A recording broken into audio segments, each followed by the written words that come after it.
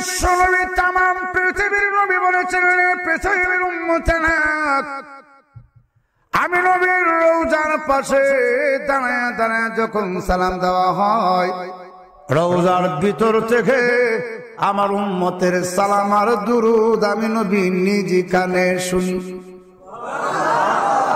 রওজার ভিতর থেকে নবী উম্মতের সালাম আর দুরুদ যেহেতু শোনেন, তাহলে বোঝা গেল নবী রওজাতে শরীরে জিন্দা। আর দূর থেকে যখন আল্লাহ নবী বিশ্ব নবীকে সালাম দেওয়া হয়, আল্লাহর হাবিব বিশ্ব নবী বলেছেন আমি নবীর রওজাতে আমার উম্মতের সালাম আর দুরুদ পৌঁছানো হয়। নবী হাজিরা দিতে হয় না।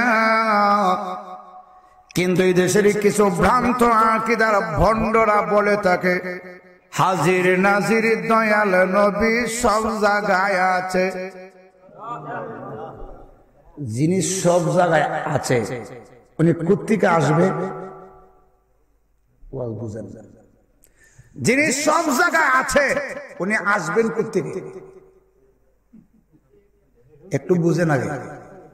যেখানে আসবেন সেখানেও আছেন। কত নম্বরে বোকা! দয়াল নবী সব জায়গায় আছে, তে সব জায়গায় যদি থাকে, যেখানে আসবেন সেখানেও তো আছেন।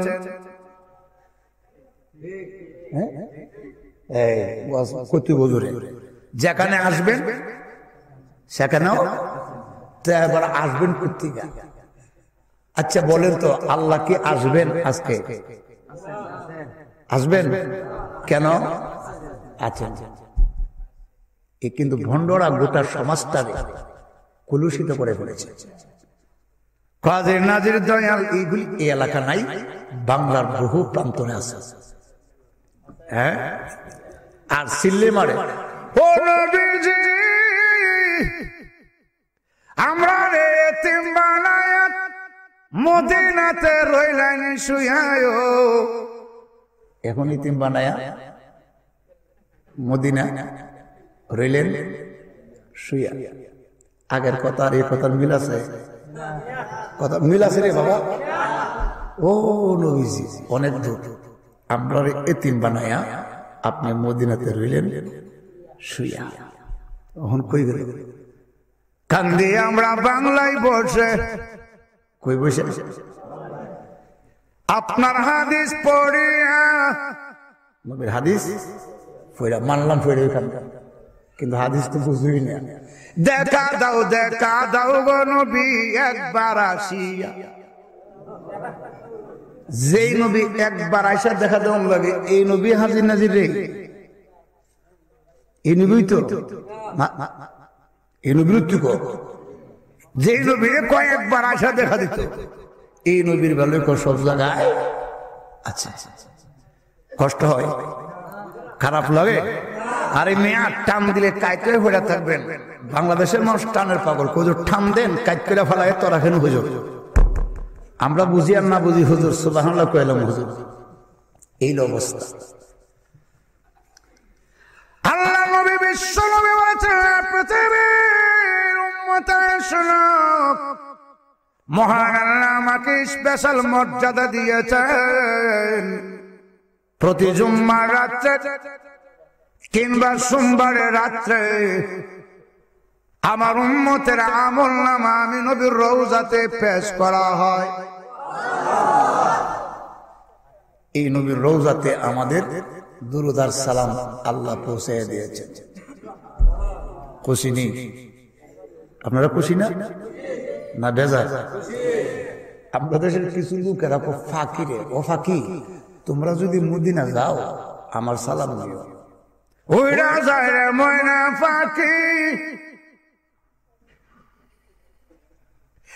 আয় করো আমরার সালাম খানিও। আর আপনি কো আমার সালাম পৌঁছাইও দয়াল নবীর পাক রওজায়। তোমরা যদি কোন কোন কোন কোন যদি যাও, মানে কি যাইতে পারে? নাও ঘরে না গেলে নাই, যায়ও না নেও না। কথা কর। আরে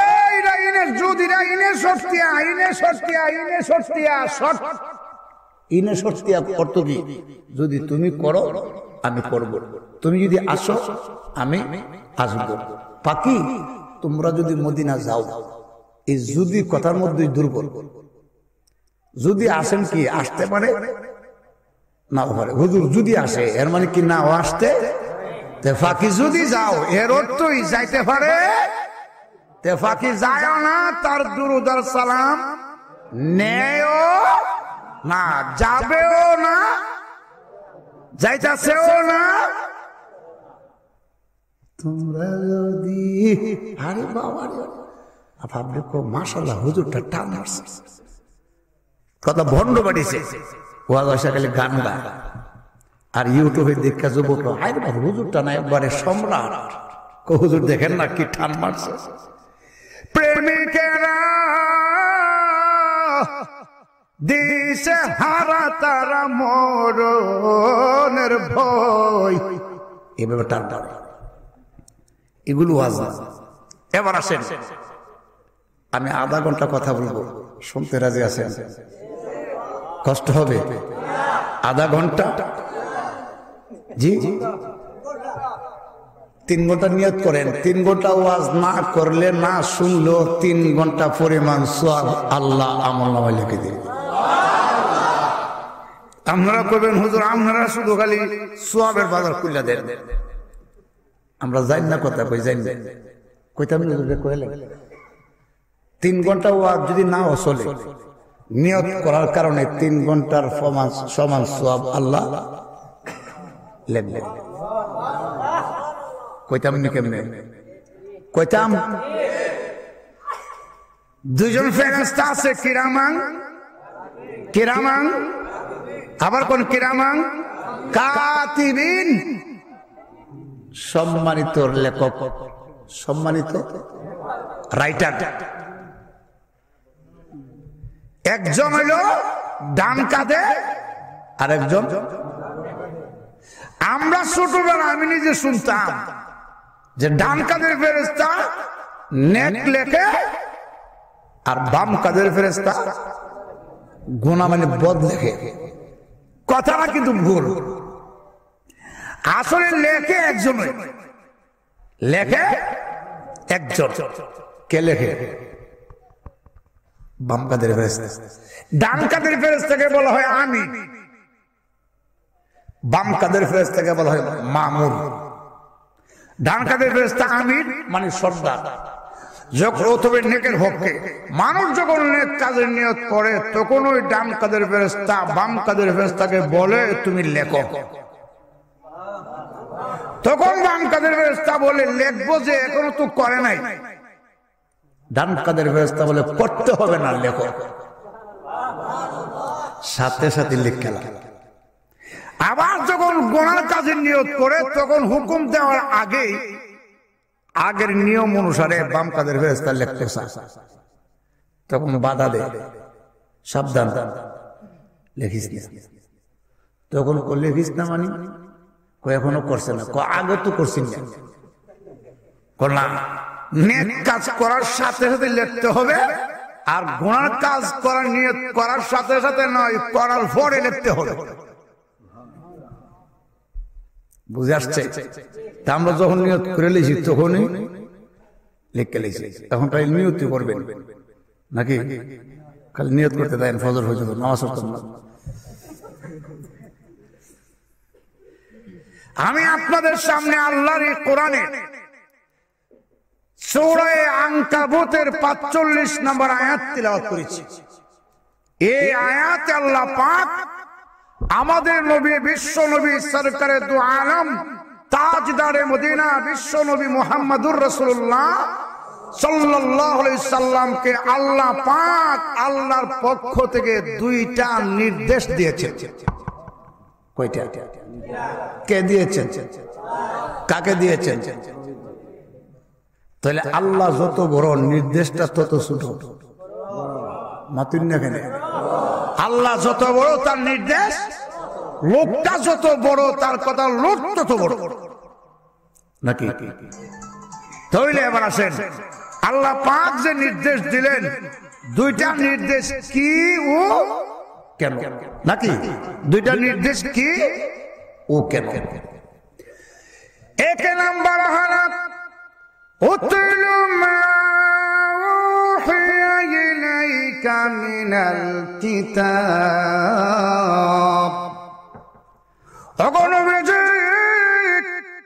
আপনি তিলাওয়াত করুন। সুবহানাল্লাহ। কে তিলাওয়াত করবেন? যেই কিতাব আমি আল্লাহ আপনার প্রতি ওহীর মাধ্যমে অবতীর্ণ করেছি, এই কিতাব আপনি পাঠ করেন। দুই নম্বর হলো ওয়াকিমিস সালাত, আপনি নামাজ কায়েম করুন। কয়টা? এক নম্বর হলো গুণবিজি আপনি তিলাওয়াত করুন। তাহলে বোঝা গেল আল্লাহর কাছে কোরআনের তিলাওয়াতের গুরুত্ব খুবই বেশি। বেশি না কম? দুই নম্বর হলো নামাজ কায়েম করুন। এত প্রমাণ হয় নামাজের গুরুত্ব আল্লাহর কাছে খুবই কম নাকি? কম না বেশি? কিন্তু আমরা দেশ নামাজ ছাড়াই অনেক আছে বুকো তাফা মারে, হুজুর দোয়া করেন ইমান শক্ত। কেমনে নামাজ না পড়লো? আমি একদিন বললাম তোমার ইমান শক্ত না, তোমার বুক শক্ত, কারণ তুমি বুকো তাফাইতেছ। হ্যাঁ, আস্তে কর, আরো জোরে কর। আল্লাহ রাব্বুল আলামিন বলেছেন, ওগো নবীজি আপনি তিলাওয়াত করুন। হে যুবকেরা ভাইরা, এখন ভালো করে বুঝতে হবে আল্লাহ রাব্বুল আলামিন বিশ্ব নবীকে কোরআনের তিলাওয়াতের নির্দেশ কেন দিলেন। এই কেনটা বুঝতে হবে নাকি? কেন বুঝতে হবে? আল্লাহ নবী বিশ্ব নবীর প্রতি আল্লাহ পাক যখন কোরআন নাজিল করলেন, আর নবীজি যখন তিলাওয়াত শুরু করে দিলেন, কোরআনের তিলাওয়াতের প্রভাবে প্রভাবিত হয়ে গিয়েছে। আল্লাহর কোরআনের মধ্যে এমন প্রভাব আছে, এই কোরআন পৃথিবীর কোনো মানুষের নয়। এই কোরআন কে নাজিল করেছেন? তানজিলুম মির রাব্বিল আলামিন।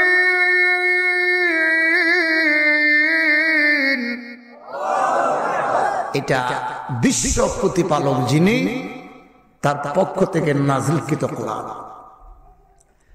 আল্লাহ নবী বিশ্ব নবী তিলাওয়াত শুরু করে দিয়েছেন, কোরআনের প্রভাবে প্রভাবিত হয়ে গেল।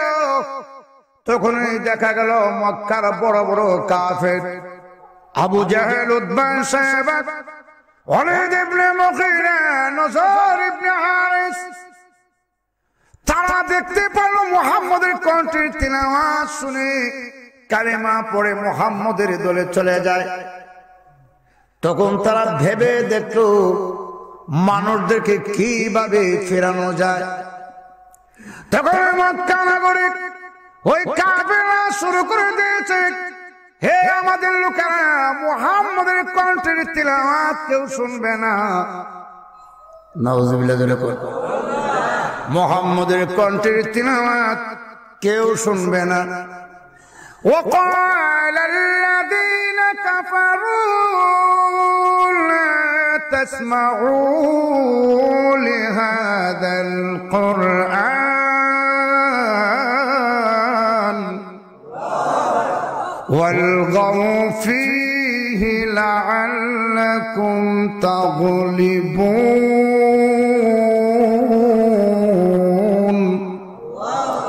কাফেররা বলেছিল মুহাম্মদ যখন কোরআনের তিলাওয়াত করবে, লা তাসমাউ লিহাযাল কোরআন, এই কোরআনের তিলাওয়াত কেউ শুনবে না।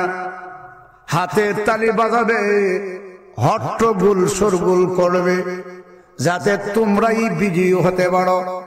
মক্কা নগরে কাফেররা প্রচার করে দিল এই কোরআন যে মুহাম্মদ তিলাওয়াত করে এটা আল্লাহ পাক নাজিল করে নাই, এটা মুহাম্মদ নিজে বানায়া বানায়া বলে।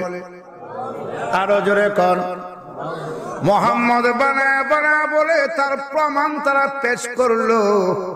এই কথাটাও আল্লাহ পাক কোরআনে উল্লেখ করেছেন। বলবো বলবো তখনকার সময় কোরআন যখন নাজিল হওয়া শুরু হয়েছিল, তখনকার সময় মক্কা নগরে দুই বংশের দুই বড় বড় নেতা ছিল। কয়জন? দুই গোত্রের বড় বড় নেতা ছিল।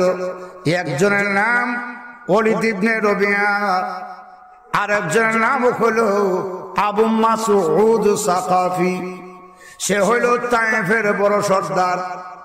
ওই দুই লোককে দেখায় কাফেররা বলতেছিল, ওয়াকালু লাউলা নুজিলা হাযাল কুরআন আলা রাজুলিন মিনাল কারয়াতাইনি আযীম।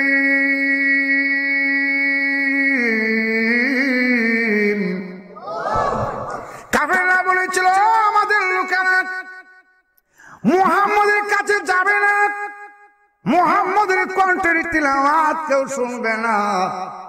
আল্লাহ তো কোরআন নাজিল করে নাই। ওয়াকালু লাউলা নুজিলা হাযাল কোরআন, ও আমাদের লোকেরা, আল্লাহ যদি নাজিলই করত, ওয়াকালু লাউলা নুজিলা হাযাল কোরআন আলা রাজুলিন মিনাল কারয়াতাইনি আযীম। ওই দুই গোত্রের দুই বড় নেতা ছিল। কাফেররা বুঝাইতে চেয়েছিল, আল্লাহ যদি কোরআন নাজিল করত, হয়তো ওলীদ ইবনে রবিয়া আর না হয়তো আবু মাসউদ সাকাফি, তার প্রতি আল্লাহ কোরআন নাজিল করত। কাফেররা বলতেছিল, এদের মধ্যে একজনের প্রতি আল্লাহ কোরআন শরীফ নাজিল করে নাই, অতএব মুহাম্মদের প্রতিও আল্লাহ কোরআন নাজিল করে নাই। নাউযুবিল্লাহ জোরে কোন। আর আল্লাহ পাক বলেন, নাহনু নাযালনা যিকরা ওয়া ইন্না লাহু লাহাফিজুন। কাফেররা কত ছিল সেটা, আর আল্লাহর কথা হলো নিশ্চয়ই আমি কোরআন নাজিল করেছি। সুবহানাল্লাহ জোরে কোন। কিভাবে? ওয়া ইন কুনতুম ফি রাইবিন মিম্মা নাযালনা আলা আবদিনা। কোরআনের এক একটা হরফের বিনিময়ে কমপক্ষে 10টা নিয়ে, কমপক্ষে 10টা। কষ্ট হয়, খারাপ লাগতেছে আপনাদের? আল্লাহ পাক বলে, ও পৃথিবীর কাফেররা, আমি আল্লাহ আমার বান্দার প্রতি যে কোরআন নাজিল করেছি, এতে যদি তোমাদের সন্দেহ হয়, তোমরা বানাও। পারছে? বানাতে পারছে? চেষ্টা করে নাই? চেষ্টা কি করে নাই? একটা ছোট গল্প শুনবেন। কোরআন বানানোর জন্য তারা চেষ্টা করেছে, কিন্তু ব্যর্থ হয়ে গেছে। অথচ এই যুগে কবিতা বানানোর প্রতিযোগিতা ছিল। কবিতা ছন্দ মিলায়া কবিতা বানানোর ওই সময় প্রতিযোগিতা ছিল, কে কত বড় কবিতা বানাতে পারে। কিন্তু কোরআনের একটা আয়াতের মতো আয়াত বানাতে পারে না। এক বাদশা খুব চালাক, তখনকার সময়ে মক্কা নগরে একটা ঘোষণা করছে। ঘোষণা কি? সে লেখছে, আমাকে যদি কেউ এমন একটা কবিতা শোনাইতে পারে যে কবিতাটা আমি আমার জীবনে কোনোদিন শুনি নাই, এমন একটা কবিতা যে আমাকে শোনাবে, তাকে 2000 টাকা পুরস্কার দেওয়া হবে। এই খবর পায়া যত কবি আছে সব হাজির। সবারই উদ্দেশ্য যে আমি তো এখন কবিতা বানাবো নতুন, এর আগে তো কেউ বানাই নাই, তাহলে তো বাদশাও শুনে নাই নাকি, তাহলে পুরস্কারটা আমি পাবো। কথা ঠিক কিনা? কারণ এর আগে তো মার্কেটও এই কবিতা গেছি। আর বাচ্চার উদ্দেশ্য হইল তার কাছে একটা 7 থেকে 8 বছরের বাচ্চা আছে, খুবই ব্রেইনি, মেধাবী, তার ব্রেইন খুব ভালো, একবার কিছু শুনলই তার মুখস্থ হয়ে যায়। এরকম ব্রেইনি এখনো আছে। ওই বাচ্চাটাকে বাচ্চার কাছে রাখবে উপস্থিত, যে কোনো কবি কবিতা আবৃত্ত করে রচনা করে শোনাবে, বাচ্চারাও শুনবে, তার মুখস্থ হবে। তখন আমি বলবো, যাও মিয়া, তুমি আমার কি কবিতা শোনানোর জন্য আসছো? এটা তো নতুন না, এটা পুরানো।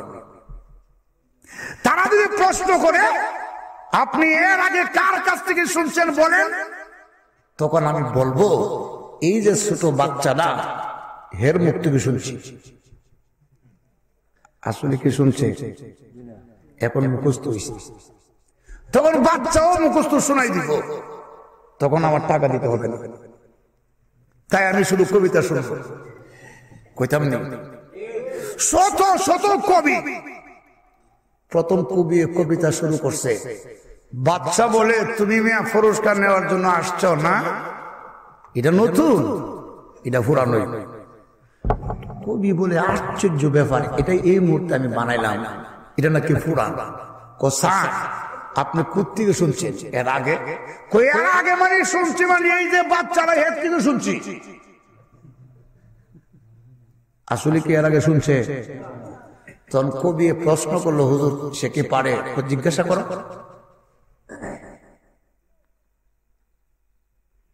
সে কি পারে? কষ্ট হয় আপনারা? তখন বাচ্চা বললো হ্যাঁ পারে। কোথায় বলেন শোনা, বলার জন্য। বাচ্চাও যেভাবে কবিতা পড়ছে সেইভাবে শুনে দিছে। ঘুরে কোন এখন এইভাবে যে ওই যে কবিতা রচনা করে এই কবিতা মুখস্থ হয়ে যায়, তখন টাকা দেওয়া লাগে না, সবাই ফেল। শেষ পর্যন্ত ছোট একজন কবি তার কবিতা আর শুনতে চায় না, তুমি আর কি শুনে? এরা বড় বড় কবি রাখে, ছোট কবি বলে স্যার আইন কিন্তু সবার জন্য এক সমান। হেরা যে এইভাবে শূন্য আসছে দাওয়াত পায়া, আমিও দাওয়াত পাই আইছি। আমি পুরস্কার পাই আর না পাই, আমার কবিতা শুনতে হবে। কিন্তু কবিতা যে শুনতে হবে বলছে এওই কিন্তু আসল কবি। সে তখন ভাবছে শুধু শুনছি শুনছি, কি কয় দেওয়ান লাগে না। এখন আমি এমন একটা কবিতা রচনা করব, যদি বলে শুনছি তাহলেও 2000 দেওয়ান লাগবো, আর যদি বলে শুনি নাই তাহলে 2000 দেওয়ান লাগবে। শুনছি কইলেও লাগে, শুনছি না কইলেও লাগে। তাইলে বলো বাদশা সাহেব এমন একটা কবিতা এখন শুনবেন আপনার 14 গোষ্ঠীও শুনছে না। কি বলে? অন্যান্য কবিরা ওপর শুনে বলে কি কবিতা? কোথায় তোমার কবিতা শোনাও? আপনি রেডিও? বাদশা বলে আমি তো হাত থেকে রেডি। কবি বলে স্যার এই রেডি সেই রেডি না, এই রেডি হইলো টাকা দেওয়ার রেডি। একবার শুনিচ্ছি কি রে, আশ্চর্য ব্যাপার। কারণ বাদশার শর্ত ছিল যদি শুনি নাই নাকি তাহলে দেওয়া লাগলো, শুনলে তো দেওয়া লাগতো না। এমন কবিতা বানাইছে সে, শুনলেও দেওয়া লাগে, না শুনলেও দেওয়া লাগে। তখন এই কবিতা বানায়, শোনেন শোনেন বাদশা মহোদয়, বাচ্চারও বাবার কাছে 2000 টাকা পাই। শোনেন শোনেন বাচ্চা মহোদয়, বাচ্চার বাবার কাছে 2000 টাকা পাই। এখন যদি বলে শুনছি তাহলে দিয়ে দেন। এখন যদি ধরুন মিয়া শুনছি তাহলে শূন্য যদি তাকেন, সাক্ষী তো আপনি, আপনার বাবার টাকাটা দেন সুদ করে। আর যদি বলে শুনি নাই তাহলে আপনি তো বলছেন দেবেন, দেন কোনটা বলবেন বলেন। শোনেন শোনেন বাদশা মহোদয়, বাদশার বাবার কাছে 2000 টাকা পাই মহোদয় পাই। বানাইছে কবিতা। এখন এমন কবিতা বানাইছে, শুনছি কইলো লাগে, শুনছি না কইলো লাগে। কিন্তু আমার বোঝানোর উদ্দেশ্য ছিল, এত বড় পণ্ডিত ছিল কিন্তু কোরআনের একটা আয়াতের মতো আয়াত তারা রচনা করতে পারে না। কারণ কোরআন কার? আরো জোরে কোন আপনি তেলাওয়াত করুন। কাফেররা বলেছে কোরআন মুহাম্মদ বানায় বানায় বলে নবী গো। এরা কেন এই কথা বলে? তাদের ভিতর ছিল কুফরিয়তের অন্ধকার, শিরকিয়তের অন্ধকার। অগণবিজি তারা অন্ধকারের কারণে তাদের চোখ অন্ধ হয়ে আছে, বুঝে না কুফরিয়তের অন্ধকার। আপনি তিলাওয়াত করুন, তিলাওয়াতের মাধ্যমে তাদের কুফরিয়তের অন্ধকার দূর হয়ে যাবে, শিরকিয়তের অন্ধকার দূর হয়ে যাবে। তখন দেখবেন কোরআন তিলাওয়াত শুনে মুসলমান হয়ে যাবে। وننزل من القرآن ما هو شفاء ورحمة للمؤمنين। কষ্ট হইতেছে আপনাদের?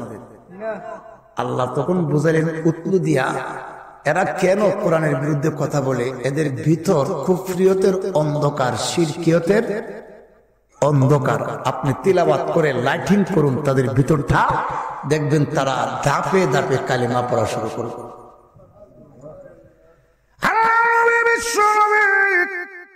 তিলাওয়াত শুরু করে দিয়েছেন মক্কা নগরে। নবীর কণ্ঠস্বর, এটা কানে আব্দুল বাসিদের কণ্ঠস্বর নয়, বিশ্ব নবীর কণ্ঠস্বর। নবীর কণ্ঠস্বর কেমন হবে? কত মধুর হবে! সুবহানাল্লাহ জোরে করে। আর রহমানু আল্লামাল কুরআন খালাকাল ইনসানা আল্লামাহুল বায়ান।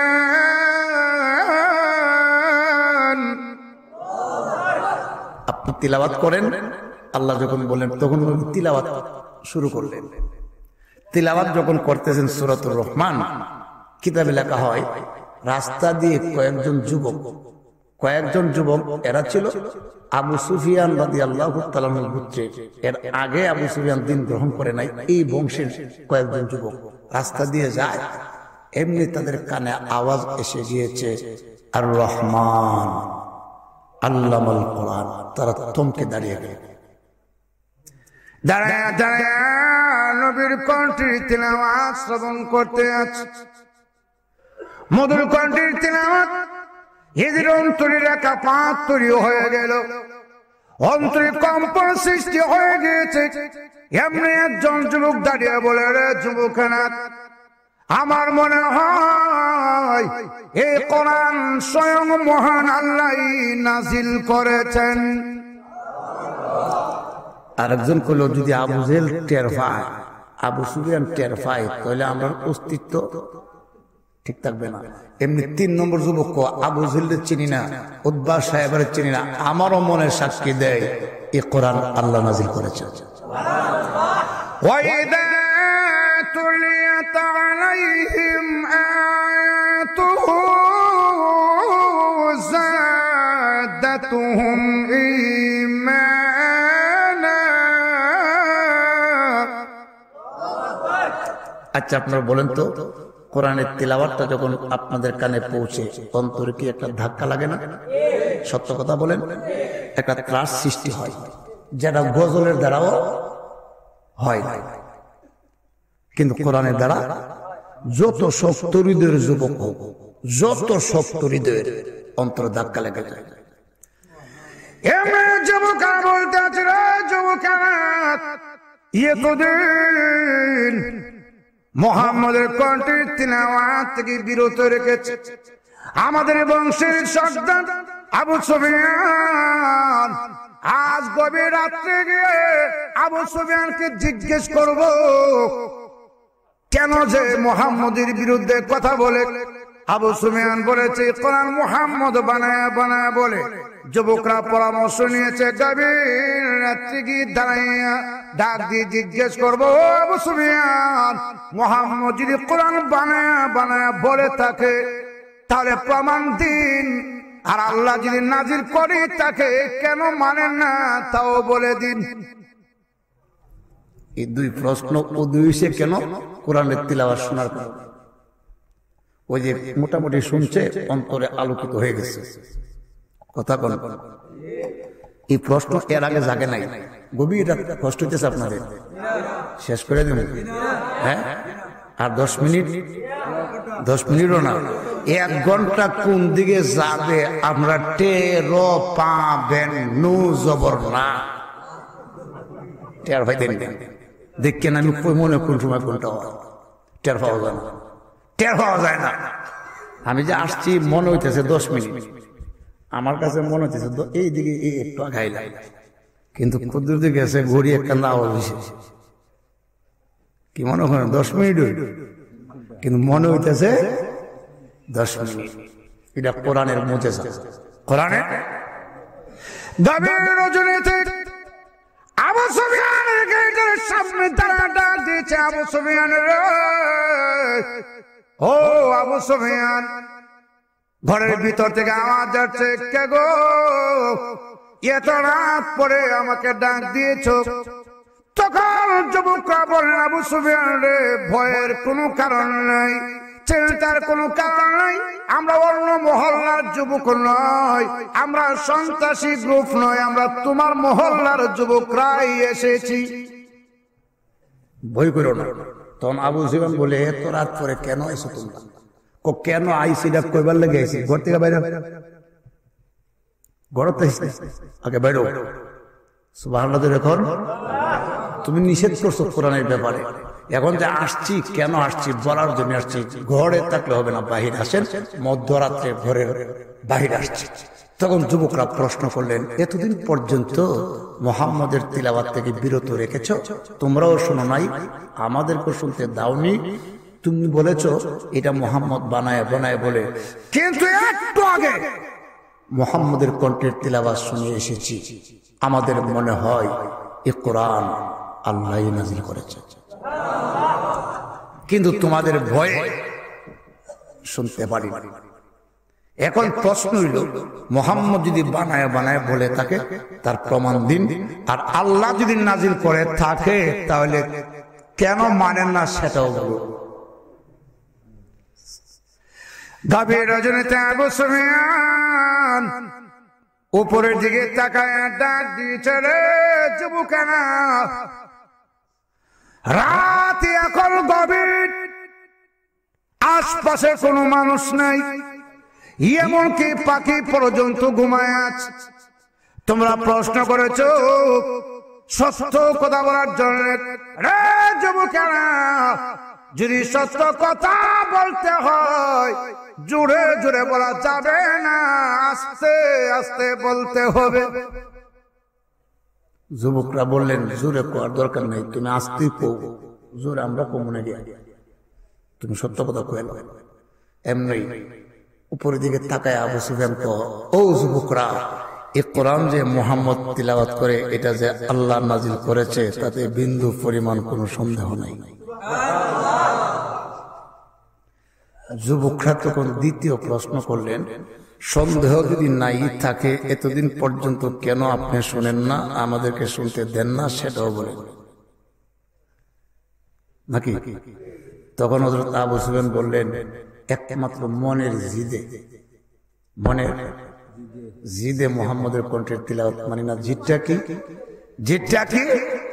আমি আর আস্তে কথা কর, আমি না শুনবার লাগে আগ্রহ, আমি আর মুহাম্মদ একসঙ্গে কি শুনেন না আপনারা? আমার তো কত এখান থেকে কইলে আপনারা শুনবেন নাকি? দূরের মানুষ শুনবে না। তখন বলল, আমি আর মুহাম্মদ একসঙ্গে ওটা বসা চলাফেরা করতাম, আমার উপরে আল্লাহ কোরআন নাজিল না কইরা মুহাম্মদের উপরে যে কোরআন নাজিল করলো, এই জিদে মুহাম্মদের কণ্ঠের তিলাওয়াত শুনিও না মানিও না। এখনো আমাদের দেশেও কিছু কিছু জায়গায় আছে মনের জিদে নিজের মহল্লার মসজিদ ও নামাজ না হইরা আরেক মহল্লা দিয়া পড়ে নাই? আপনাদের সুনামগঞ্জে নাই, আমাদের ব্রাহ্মণবাড়িয়াতে আছে মনের জিদে মসজিদ ছেড়ে। আমার জানা ঘটনা আর কি, কষ্ট হয় না তো আপনাদের? আহা, তখন যুবকরা বলেন, আবু সুফিয়ান মনের জিদ নিয়ে তুমি বসে থাকো, আল্লাহর কসম করে বললাম রে আবু সুফিয়ান, আজ থেকে বিন্দু মাত্র কোনদিন বিশ্বনবীর কাছ থেকে ফিরায় রাখতে পারবে না।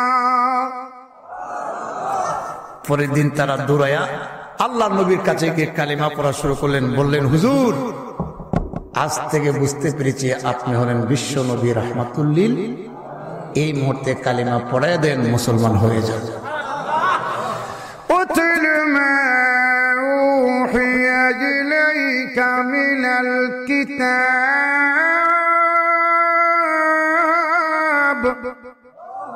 আপনি তিলাওয়াত করেন, আজও যদি তিলাওয়াত থাকতো, এই যে আপনাদের মহিলা মাদ্রাসা আছে না, এই মাদ্রাসার ছাত্রীদের তিলাওয়াতের মাধ্যমে মানুষ যত উপকৃত হতে পারবেন, খোদার কসম বাংলাদেশের হেডেমদারি টেবির কারি সাহেবের তিলাওয়াতের দ্বারাও ততটুকু উপকৃত হওয়া যাবে না।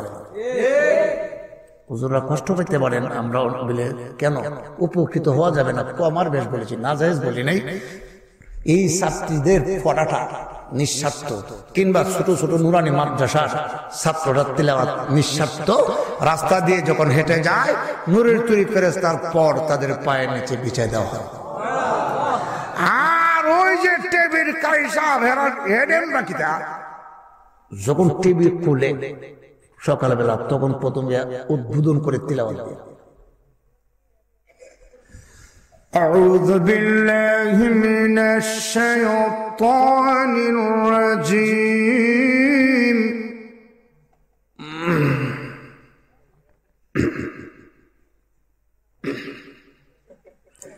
মাজুরে কোন বিসমিল্লাহির রহমানির রহিম,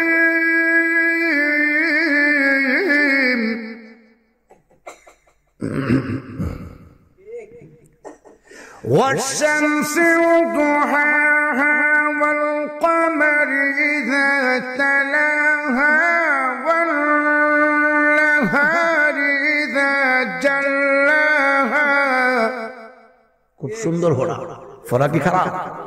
খুব মধুর পড়া পড়ছো নাকি? সাদাকাল্লাহুল আযীম। তিলাওয়াত শেষ, এই জায়গাটার মধ্যে আসছে গায়ক, গায়িকা, তবলা, দুতারা, হারমোনিয়াম, পিপি পিপি করে এটা আইছে কথা খন। তাহলে বোঝা গেল কারি সাহেব আগে উদ্বোধন করছে বরকত, এর পরে শুরু হয়েছে কিয়ামত। হ্যাঁ, এটা মাতুন বুঝিনি, এটা মাতুন না কেদার লাগে। হ্যাঁ, বরকত উদ্বোধন করে রহমত শুরু হয়েছে কিয়ামত। স্টার জলসা, স্টার জলসা দেখতে দেখতে এক মহিলা বাচ্চা যে পানিত পড়ে মরে তৈরি হয়ে তার খবর নাই। রাত্রে 12টা পর্যন্ত, আবার 12টার সময় যখন টিভিটা বন্ধ করার সময় হয়, আর একজন কারি সাহেব আইসা হাজির হয়। কত তুতিল মুলকা মিম্মান তাশা ওয়া তুইজ্জু মান তাশা ওয়া তুযিল্লু মান তাশা সাদাকাল্লাহুল আযীম। আগেও কোরআন, পরেও মাঝখানটা সব দিয়া প্যাকেট বানায় কি লাভ? শুধু টিভিতে না, বাংলাদেশের কিছু কিছু জায়গা আছে ভণ্ডদের আস্থানা। ভণ্ডদের আস্থানা কি? যেখানে মাজার বানায়া উরুসের নাম দিয়া মহিলা পুরুষ মিল্লা নাচানাচি গান গাইব, এখানে আবার এক ধরনের আশেখ রাসূল নাম ধরে মোল্লারা মিলাদ পড়ে, মিলাদ পড়ে। এখানে কিসের মিলাদ? গান হইব। মিলাদ কেন পড়ে? 500 টাকা হাদিয়া লাগে। মিলাদ করে গেছে, শুরু হয়েছে ডাকলে কে জোড়াইব প্রাণ, না দেখলে বন্ধু, কারা বন্ধু চালায় তোমার মৌলা, গড়ে গড়ে প্রেম বেশিলা জাসিয়া জাসিয়া। বুড়া বুড়া হায় হায়, কষ্ট হইতেছে আপনাদের? আমার নিজের চোখে দেখা বন্ড বই দিছে, এইভাবে ডান দিকে বাম দিকে মহিলারা গান গায়। আজ নিশীতে আইস মুর্শিদ অভাগীর বাঙ্গা ঘরে, কোলে লয়া দেখব গো তোমায় দুই নয়ন ভরে। আজ নিশীতে আইস মুর্শিদ, আরে বাবা রে বাবা, আজ নিশীতে আইস মুর্শিদ, কি তার লাগে আইতো মুর্শিদে? কিলো আজ নিশীতে আইসো মুর্শিদ, কি তার লাগে? তাই বাংলা করে আইতো, কোলে লয়া কইলিছে, কোলে লয়া দেখব গো তোমায় দুই নয়ন ভরে। তুই কোলে লয়া কেন দেখতে আমার জায়গা? তুই আমি জানতাম কোলে লয়া কি তার লাগে? কোলে লয়া নয়ন জোড়াইতে, তুমি নয়ন জোড়াইবা না কি করবা? আমরা ফাঁস আঙ্গুল দিয়ে ভাত খাইলো, বুঝাইছি না আমরা? কষ্ট হই না আপনারা? এই জাতের কিছু বন্ড ফির হক মাওলা হিল মতিজে, হক মাওলা হিল ভাব কোন নজর আছে? আল্লাহর কসম কোরআন সামনে, আল্লাহর কসম কোরআন সামনে কইতাম না, কষ্ট দিয়েছে। মাধবপুর, হবিগঞ্জ ডিস্ট্রিক্ট, মাধবপুর নাম শুনছেন তো? এই এলাকায় আজ থেকে 7 বছর আগে আমার খবর দিল, হুজুর এই বাড়িতে একজন পীর সাহেবের আগুন হয়েছে, আপনি কি সাক্ষাৎ করবেন? আমি বললাম আমি তো পীর ভক্ত মানুষ, মানে পীর ভক্ত না। আরে আমার পীর শেখ বরনবী রহমাতুল্লাহ সুযোগ্য আওলাদ পীরে কামেল মুফতি রশিদুর রহমান ফারুক সাহেব, নাম শুনছেন না আপনারা? উনি আমার পীর, তে পীর ভক্ত। গেলাম বাসি রকম ফির গিয়া গির নাম শুয়ে রয়েছে, পেট দিয়ার উষা, মাথার মধ্যে 2 জন মহিলা, পায়ের দিকে 2 জন মহিলা খেদমত করতেছে। আমি দেখে সালাম দিলাম, আসসালামু আলাইকুম। ওয়ালাইকুম আসসালাম কইছে, একটু বোঝা যাচ্ছে ভয় হয়েছে। আমি বললাম মুর্শিদ কোনো ভয় নাই। মুর্শিদ কইলে বোঝা গেল তার দলের লোকটা। বাবা বসো। তখন আমি কইলাম, মুর্শিদ নিশানের নাও ঠিক করিয়া বাউ, মুর্শিদ চাইও ফোনতে ডুবে নি নাও। বাবা তোর ভিতরে আগুন, বাবা বুহ সাপ মাসে তোর বেড়া মারিফতের সম্রাট, চিন্তা কর। ও কলকাকের বেকুল হাওয়া দেউ লাগে যার গাই, আরে পাগলা যেদিন বাধ্য থাকে দমে দমে বাউ, মুর্শিদ চাইও ফোনতে ডুবে নি নাও। এমনি বাবা তোমার ভিতরে আগুন। আমি কইলাম বাবা একটা প্রশ্ন করতাম। কি প্রশ্ন? আমরা দলটা ঠিক না তবলিগলা ঠিক? আমি তার দলে হইলাম। বাবা রে আসল কথা কয়ে লাভ নাই, আসলে তবলিগেরা ওই ঠিক, আল্লাহর কোরআন। আমি বললাম কেমনে? আমরা হেরা খালি গান গা আর হেরা কোরআন পড়ে। কয়েক জুবাইর আহমদ আনসারি কোম্পানি টুকের বাজার আছে একটা কোম্পানিগঞ্জ টুকের বাজার, যে আমার যতটা মুরিদ আছেন ওই আনসারি কোরআন তিলাওয়াত করে সব মুরিদ লয়ে যেতেছে।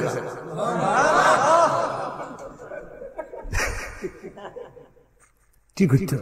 আরেকজন বক্তা আছে ইসলামউদ্দিন ফারুকি নাম, তুমি চিনুনি? আমারে কয়, আমি নি, আমারে চিনি। আমি কইলাম আমি চিনি, তার মুখ বালা না।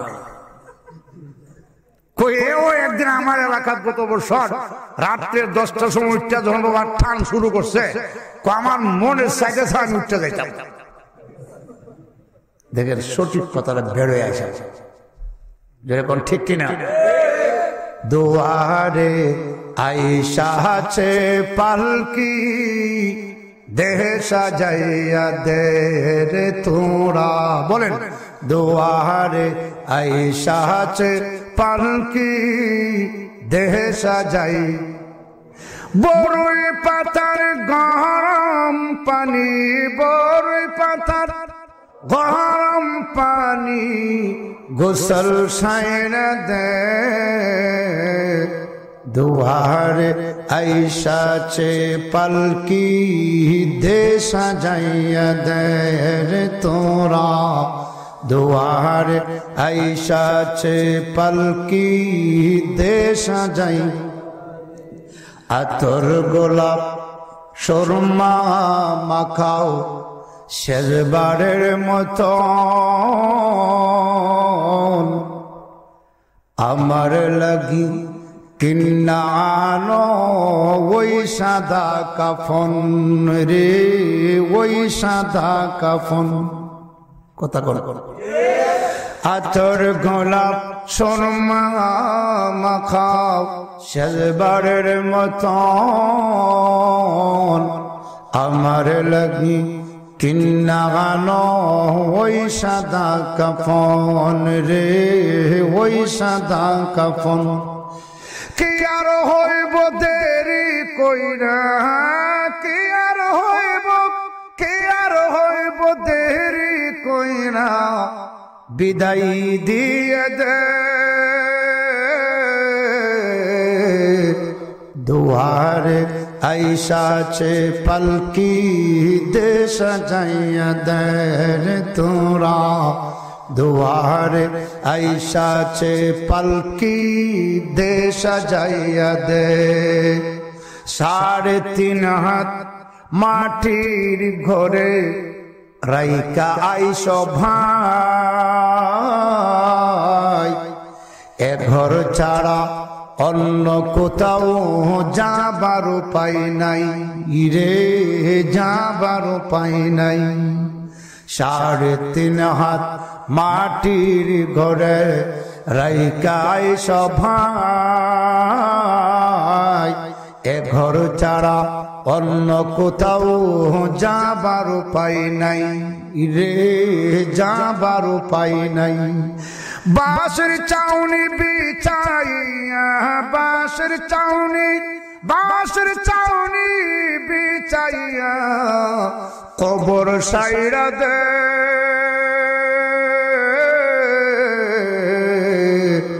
দুয়ারে আইসা চে পালকি, দে সাজাইয়া দে রে তোরা। দুয়ারে আইসা চে পালকি, দে সাজাই। খারাপ লাগছে আপনাদের? আল্লাহ রাব্বুল আলামিন ডাক দিচ্ছে, আপনি তিলাওয়াত করুন। আজও যদি আল্লাহর কোরআনের তিলাওয়াত ঘরে ঘরে চালু থাকতো, আমি বুকে হাত দিয়ে বলতে পারি এলাকায় শিরকি হাওয়া থাকতো না, বিদআতি হাওয়া থাকতো না। আমি দেখেছি ও যুবক ভাইরা, কোরআনের ফজিলত কত আছে জানেন? আজ আমাদের মধ্যে কোরআনের গুরুত্ব নাই।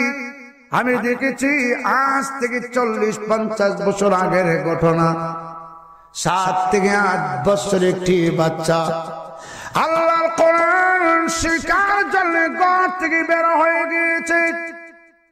ছেলেটার উদ্দেশ্য হলো আমি আল্লাহর কোরআন শিখবো, তিলাওয়াত করব।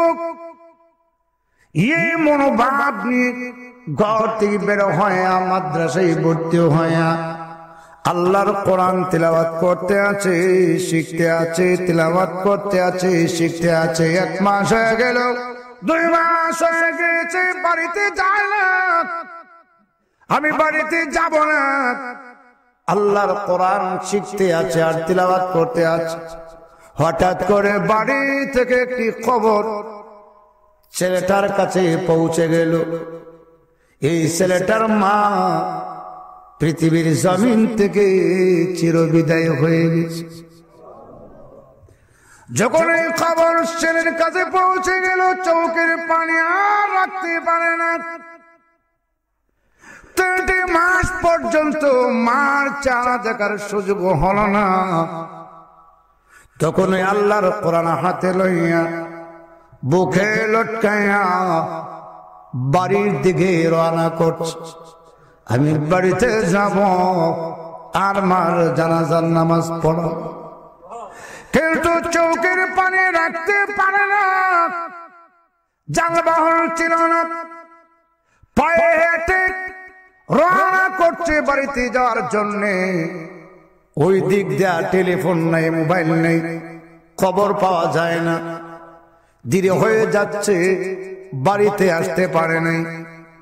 লোকেরা পরামর্শ করেছে আর দেরি করা যায় না, গোসল করা, সাদা মার্কিন কাফন লাগা, জানাজা দে, লাশ কবর সয়ে দাও হোক, কারণ সন্ধ্যা হয়ে যাবে, সন্ধ্যা পর্যন্ত লাশ রাখা যায় না, দেরি হয়ে যাবে।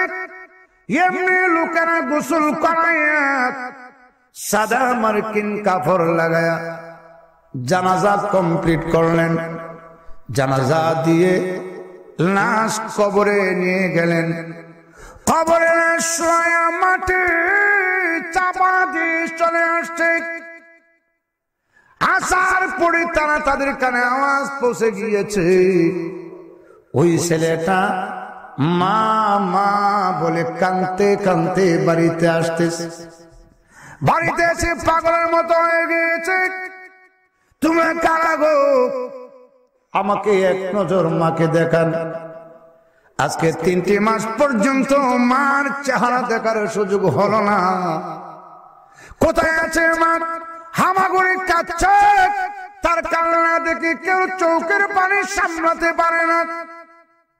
আপন জনেরা তখন চিন্তিত হয়ে গেল, এখন কোথা থেকে তার মাকে দেখাবো, সান্ত্বনা কি দিব? তোমরা কারা গো? আমাকে মার কাছে নিয়ে যান। 7 বছরের বাচ্চা তোমার কথা বলতে পারে না। তখন সবাই বলতে বলতে আছে, রে হাফিজুল কোরআন, কান্না বন্ধ কর, কান্না কাজ হবে না, তোর মাকে কবরে চাপা দিয়ে আসছে, এখন আর দেখা যাবে না। ঠিক আছে, মার কবর কোথায়? আমাকে নিয়ে যান, আমি আমার মার কবরের পাশে দাঁড়াবো, আল্লাহর কোরআন তিলাওয়াত করব। সবাই বলতে আছে, এখন সন্ধ্যা হয়ে গেছে, পূর্ব আকাশে সূর্য ডুবে গিয়েছে, এখন যাওয়া যাবে না, অপেক্ষা কর, সকাল হলে তোর মার কবরের পাশে গিয়ে দাঁড়াবে। ছেলেটা একা যাইতেও পারে না, ঘরের ভিতরে গিয়ে মা মা বলে কাঁদতে আছে। দুনিয়ার এমন কোন সন্তান নাই যে মার কথা বলতে পারে, মা সন্তানের কথাও বলতে পারে না। ঘরের ভিতরে গিয়ে মা মা বলে কাঁদতে আছে। কিতাবে লেখা হয়, তার কান্নার আওয়াজে মহল্লার একটা লোকও ঘুমাইতে পারে নাই। হঠাৎ করে মসজিদের মুয়াজ্জিন আযান দিয়েছে ফজরের, আসসালাতু খায়রুম মিনান নাওম। যখন ফজরের আযানটা তার কানে পৌঁছে গেল, এমনি তার একটা আনন্দ এসে গিয়েছে, দুঃখের মধ্যে আনন্দ। এটা কিসের আনন্দ? এখন সকাল হবে, আমি আমার মার কবরের পাশে গিয়ে দাঁড়াবো। এক আনন্দের ঘর থেকে বের হয়ে ভালো করে উঁচু করেছে, মসজিদে প্রবেশ করেছে। মসজিদে প্রবেশ করে 2 রাকাত সুন্নত নামাজ আদায় করলেন। অপেক্ষায় বসে আছেন, ইমাম সাহেব নামাজ পড়াবেন। ইমাম ফজরের ফরজ নামাজের জন্য দাঁড়িয়ে গেলেন, মুসল্লিরাও দাঁড়িয়ে গিয়েছেন। আল্লাহু আকবার জোরে কর। 2 রাকাত ফরজ নামাজ পড়ে সালাম ফিরালেন। সবাই বসে আছে, মুসল্লিরাও বসে আছে ইমাম সাহেবের দিকে তাকাইয়া। কিন্তু এই ছেলেটা আর বসে থাকে নাই, মসজিদ থেকে উঠে আল্লাহর কোরআন আবারও হাতে লইয়া মার কবরের দিকে রওনা হয়ে গিয়েছেন। তখন অন্ধকার দূর হয় নাই, সূর্য উদয় হয় নাই, আস্তে আস্তে মার কবরের পাশে গিয়ে দাঁড়ায় আর চোখের পানি রাখতে পারে না, অটোমেটিক গাল বেয়ে বেয়ে পানি পড়ে। মার কবরের পাশে দাঁড়ায় সূরা ইয়াসিন তিলাওয়াত শুরু করেছেন।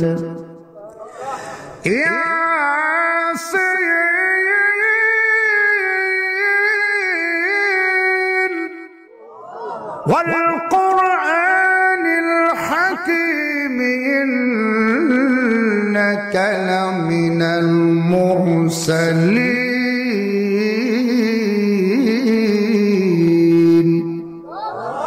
এইভাবে সূরা ইয়াসিন তিলাওয়াত করতে আছেন, ডান দিকেও চায় না, বাম দিকেও চায় না, মাথা উঠায় না, আর চোখের পানি ছেড়ে ছেড়ে সূরা ইয়াসিন পড়তে আছেন। সূরা ইয়াসিন যখন অর্ধেক হয়ে গেল, এমনি মাথা উঠালো। মাথা উঠে দেখেন পূর্ব আকাশে সূর্য উদয় হয়ে গিয়েছে। আর মার কবরের দিকে একটু তাকালেন, তাকায় দেখেন যেন মনে হয় মার কবরটার চতুর্দিক দিয়ে নূরের লাইটে লাইটিং হয়ে গেছে। একটা আনন্দ এসে গিয়েছে। আবারও মাথা নিচ দিকে দিয়ে সূরা ইয়াসিনের বাকি অংশটুকু পড়তে আছেন। আবারও ডান দিকে চায় না, বাম দিকে চায় না, মাথা উঠায় না। সূরা ইয়াসিন যখন শেষ হয়ে গেল, এমনি মাথা উঠালো। মাথা উঠা দেখেন পূর্ব আকাশে সূর্যের আলো দেখা যায় না। আবার আমার কবরের দিকে চাইলেন, চেয়ে দেখেন আমি আগে দেখেছি যেন মনে হয় নূরের লাইটে লাইটিং। এখন দেখা যায় মার কবরটার চতুর্দিক দিয়ে ঘন কুয়াশা নেমে আচ্ছন্ন হয়ে গেছে। ছেলেটার অন্তরে ভয় এসে গিয়েছে। এটা কিসের অন্ধকার? সূর্যের আলো গেল কোথায়? এই যে একটা ভয় অন্তরে আসছে, আল্লাহ রাব্বুল আলামিন ওই হাফিজুল কোরআনের অন্তরের ভয় দূর করার জন্য আল্লাহর পক্ষ থেকে গাইবি আওয়াজ দিয়েছেন সুবহানাল্লাহ।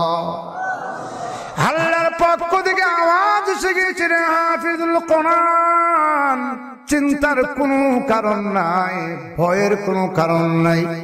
এটা কিসের ভয়? এটা কিসের অন্ধকার জানো? এটা কিসের কুয়াশা জানস? এটা ভয়ের কোনো কুয়াশা না। এতক্ষণ পর্যন্ত তুমি তোমার মার কবরের পাশে দাঁড়াইয়া দাঁড়াইয়া আমি আল্লাহর কোরআনের সূরা ইয়াসিন পড়তেছিলি রে বান্দা। আমি আল্লাহ এত খুশি হয়ে গিয়েছি, যার বিনিময়ে তোর মার কবরে আমি আল্লাহ রহমতের বৃষ্টি নাজিল করে দিলাম। এই কোরআনের তিলাওয়াতের গুরুত্ব আছে কিনা জোরে বলেন। উতলু মা উহিয়া ইলাইকা মিনাল কিতাব।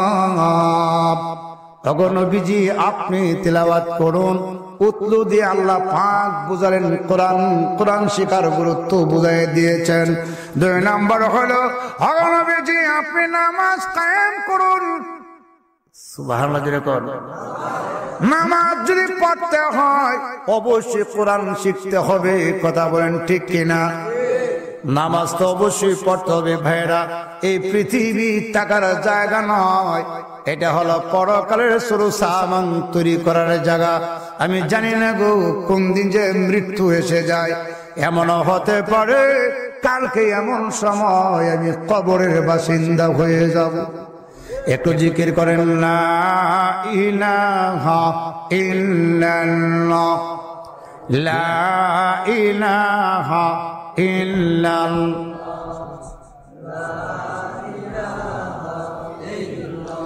আল্লাহু আল্লাহ, আল্লাহু আল্লাহ, আল্লাহু আল্লাহ, আল্লাহ আল্লাহ। ইনিল হুকমু ইল্লা লিল্লাহ, লা ইলাহা ইল্লাল্লাহ, মুহাম্মাদুর রাসূলুল্লাহ, আল্লাহু আল্লাহ, আল্লাহ আল্লাহ আল্লাহ। ও গো বিধান দিবার তুমি যে মালিক, কথা কর। ও গো বিধান দিবার তুমি যে মালিক, আর সবই ভুল তুমি শুধু ঠিক। কথা বলেন ঠিক কিনা? বিধান দিবার মালিক কে? আমার ভাইরা যাবেন না, সময় তো অনেক হয়ে গেছে, 1 ঘন্টার উপরে।